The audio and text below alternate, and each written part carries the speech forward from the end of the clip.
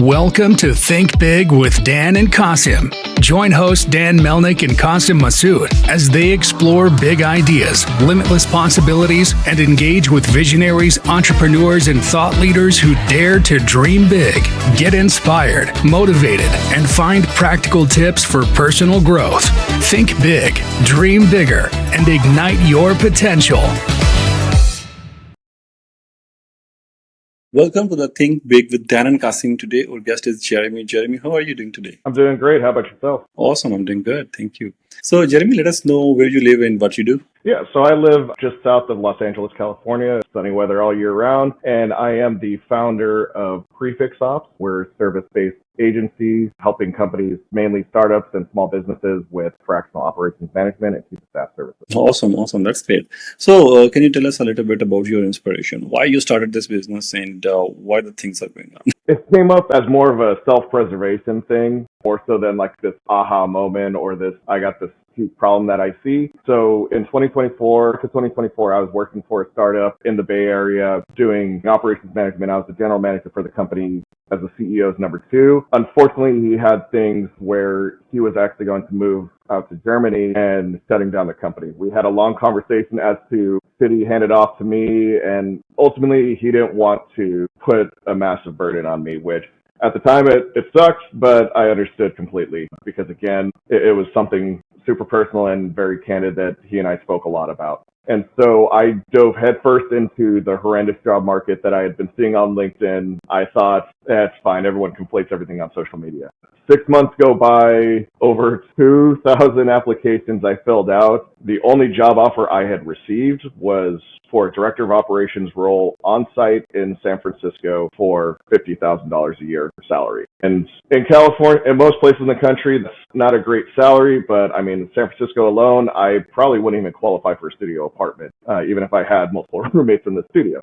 So it was something I could not accept. And so I had some friends that were super supportive of trying to help me any way they can to give me introductions to business owners or looking for work. And a couple of them actually gave me work at their businesses, little things they want to do, startups, and they needed help with it. So they said, hey, we'll help you out a little bit if you can help me with these projects. And so after a couple months of that, I still hadn't found a job, and they said, why don't you just do consulting? Why don't you just do this? They're like, you've helped us a lot. Just do this. And so I thought about it. I failed my first startup miserably, burnt myself out, and I was afraid to make that leap again because I didn't want to make those same mistakes. But as I kept mulling over the details, over what I was doing with my friends, I just said, there's this huge gap because of all the companies I've interviewed with. They're looking for this exact thing that I'm doing, but for some reason, they can't afford someone of my skill set. They want the senior level worker, the senior quality work, but they don't even want to pay junior level salaries. But it turned out a lot of them, and then they don't need someone like me full time. So it turned out I was like, why don't I just offer fractional operations management services and be the right hand of the founders and be that fractional chief of staff. So that's how it kind of came about. Awesome. So every day there is a burnout in the market. Every day there are new companies who are shutting down their businesses. So do you think it was a big impact on you when your startup just closed? It was a big impact, and were you broke completely at that time? And did you ever think about like you can start a new startup as well?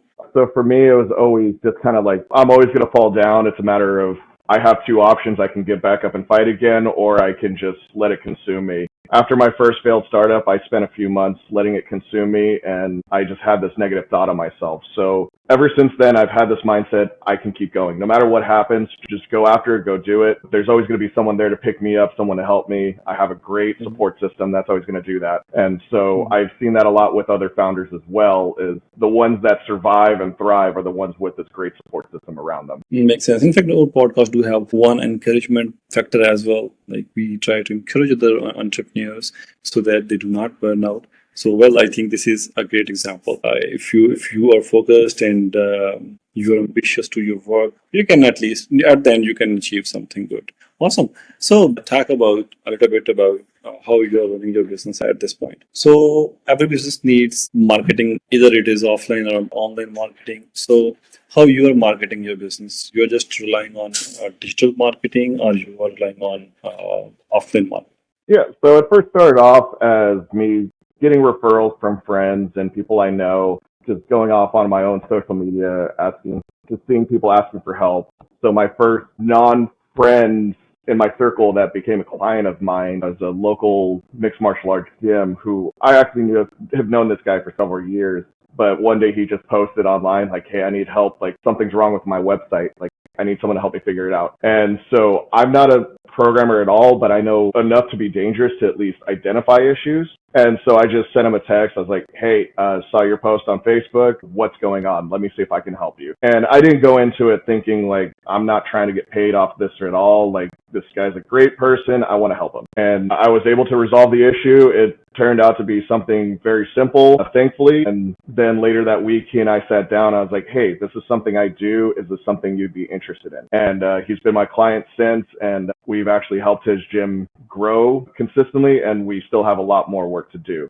But moving forward, I actually just recently brought on someone who is going to focus solely on marketing. And I want to take this sort of boots on the ground approach, the old school. I want to get in front of people. We see this wave of AI tools, email tools, cold emailing tools that are out there. And so I get probably 500 of those emails every day that seem very targeted, very personal, but I know they're AI generated because I've looked at all of these tools. And what I found is I can actually get a better response rate if I just pick up the phone and call them. But as I'm working with my clients, I don't have as much time anymore. So I've brought on someone to focus on that initial outreach and fill up my calendar with those discovery calls where I do my best. So in terms of onboarding a client, how this process works for you, like how you acquire a client? Yeah, when they first show any sort of initial interest in what we do, the first call is always, I want to get to know their business. The one thing I tell every single one of my clients or prospective clients is,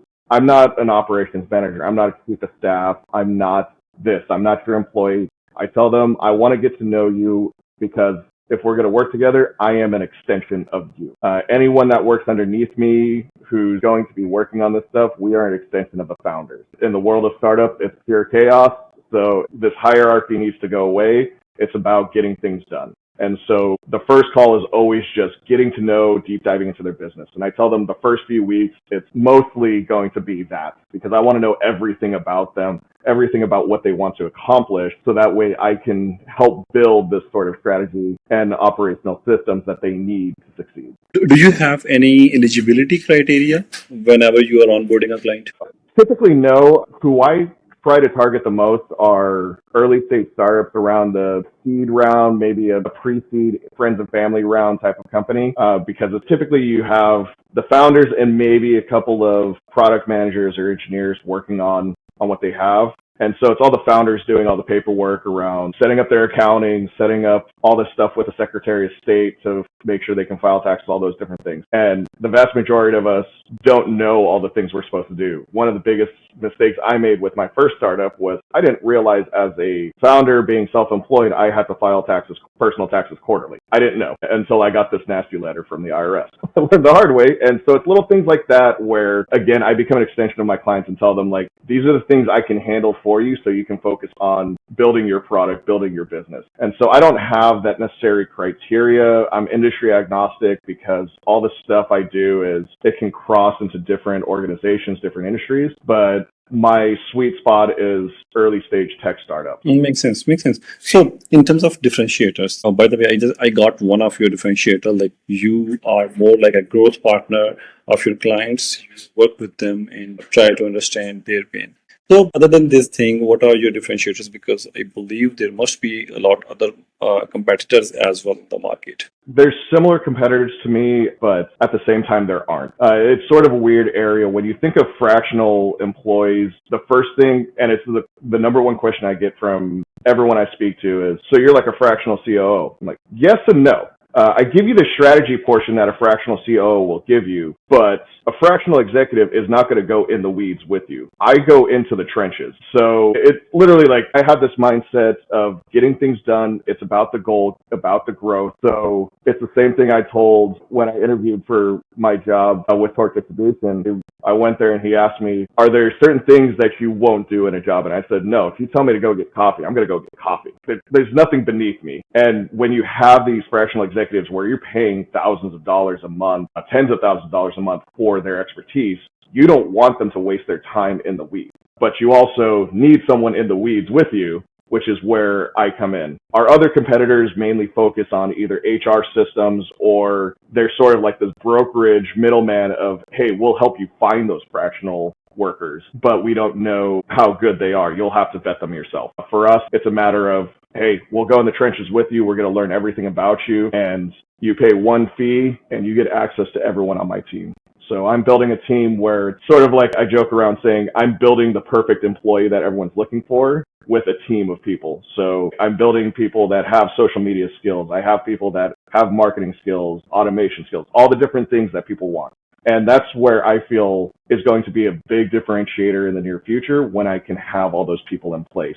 So I have that perfect employee at a fraction of the cost of a full-time hire. Indeed, for sure. All right. So in terms of your goals, how you define your goals for the short term, like maybe what you're going to do in next 3 to 6 months? So I have actually in my bedroom, I have a huge whiteboard of different goals I have, both personal and professional. I break it down. Being someone who studied finance in college, one of the classes I had to take was about personal financial management. You learn how to be a financial advisor, so to speak. And that was one of the big things is talking about goal setting. And so I break everything down into short-term, medium-term, and long-term goals. So I have one whiteboard specifically for all my long-term goals. So things like I want to break $1 million a month or something like that. I want to hire this crazy team. I want to go travel somewhere. I start with that big goal in mind and I drill down further and further. I'm like, okay, I have this big goal. I want to make $1 million in recurring revenue every month. What will that entail? Okay, here's my price structure. This is how many clients I need.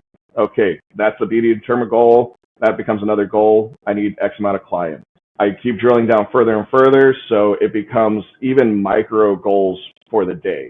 So I even have a goal that says, hey, go for a walk 3 times a day with your dog. It's literally tasks like that that help me move the needle little by little. Doesn't help me see it in the moment, but over time, the gradual improvements are there. So I break down all my massive goals into manageable, tiny chunks that I can take to fill up my calendar the entire day from the moment I wake up till the moment I go to bed. And when it comes to business, it's, can I get 5 calls this week with new prospective clients? Can I knock off 10 tasks with my existing clients? And little things like that. That's how I generally set goals. As a startup, as an early stage business, I don't want to get too tied up into metrics because that takes my focus away from my clients. At the end of the day, my clients are the ones that are most important to me. I want to make sure they reach their goals because ultimately that's my big fulfillment is it makes me happy is making sure they're taken care of. Yeah.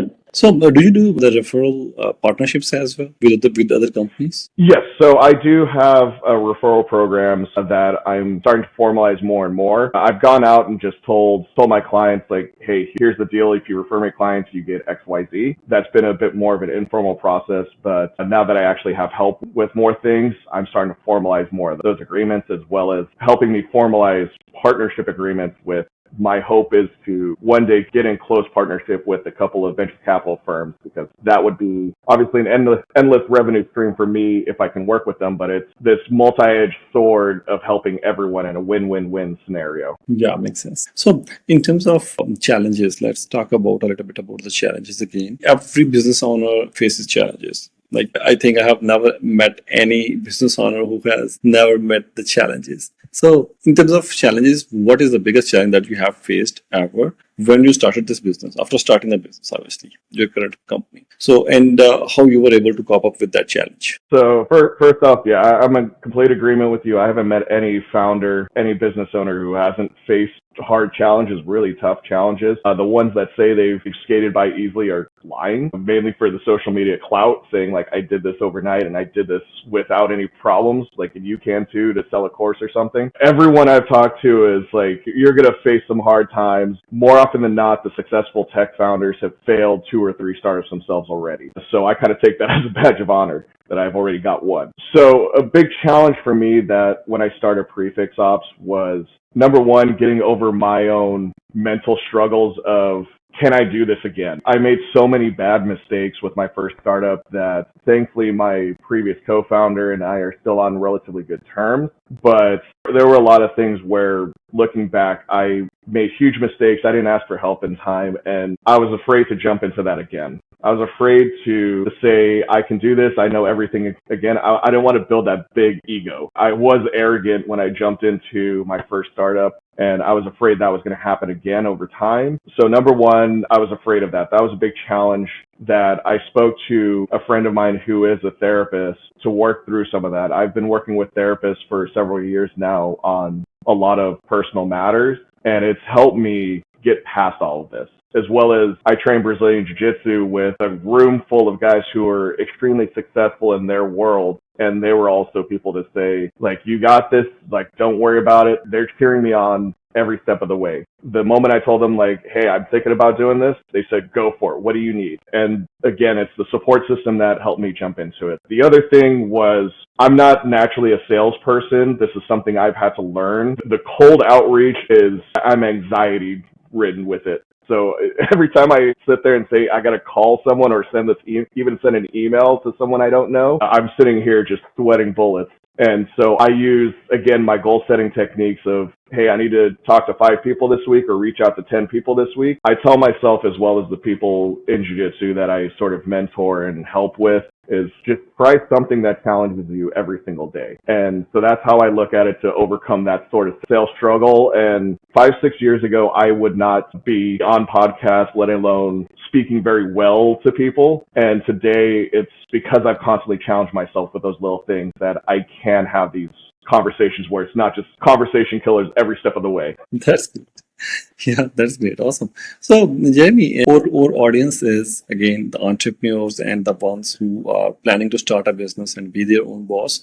So what would be your biggest piece of advice for them? I got a laundry list of advice, but the big thing is just go do it. You're going to constantly doubt yourself and say this is not the right time, because the vast majority of us were never raised in an environment where entrepreneurship is the way to go. School teaches us how to be good employees, how to solve problems, but never really how to start a business, how to run a business. And you're going to fail a lot. We look at Major League Baseball, the best hitters in the world, has a 300 batting average. That's 3 out of 10 success. So we think everything has to be perfect the first time around, but you look again with baseball, the best hitters in the world fail 7 out of 10 times they go up to the plate. And so it's just get started, learn as you go, and seek out help when you have it, when you need it, and even before you need it. Just talk to people, build a support system, and just go out there and do it. You're going to succeed one way or another, even if the business fails. Makes sense. That's a beautiful advice for sure. Awesome. So, Jeremy, so nice of you for joining us today in the podcast. At the end, can you please let our viewers know how they can reach you? You can share your website,